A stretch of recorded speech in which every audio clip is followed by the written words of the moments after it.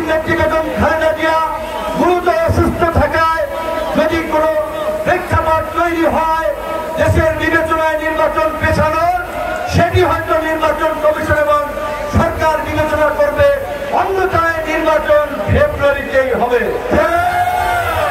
নির্বাচন ফেব্রুয়ারিতে হোক আর এপ্রিলে হোক, আগামী সংসদ নির্বাচনে গণ অধিকার পরিষদ এককভাবে 300 আসনে প্রার্থী দেবে।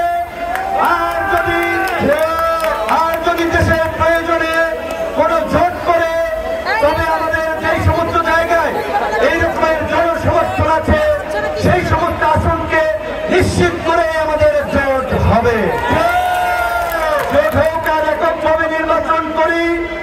এই ব্রাহ্মণবাড়িয়া নবীনগর 5 আসন থেকে গণ অধিকারের ট্রাক মার্কায় নজরুল ইসলাম মেজু ভাই নির্বাচন করবেন।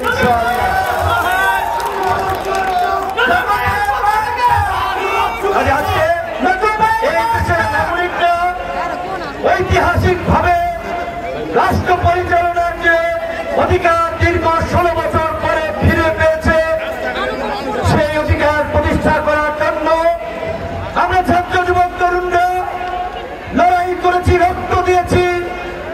আজকে স্মরণ করতে হয় এই ব্রাহ্মণবাড়িয়ার সন্তান মোদী বিরোধী আন্দোলনে আমাদের ছাত্রটা হাফেজ কাউসারকে, স্মরণ করতে হয় এই ব্রাহ্মণবাড়িয়া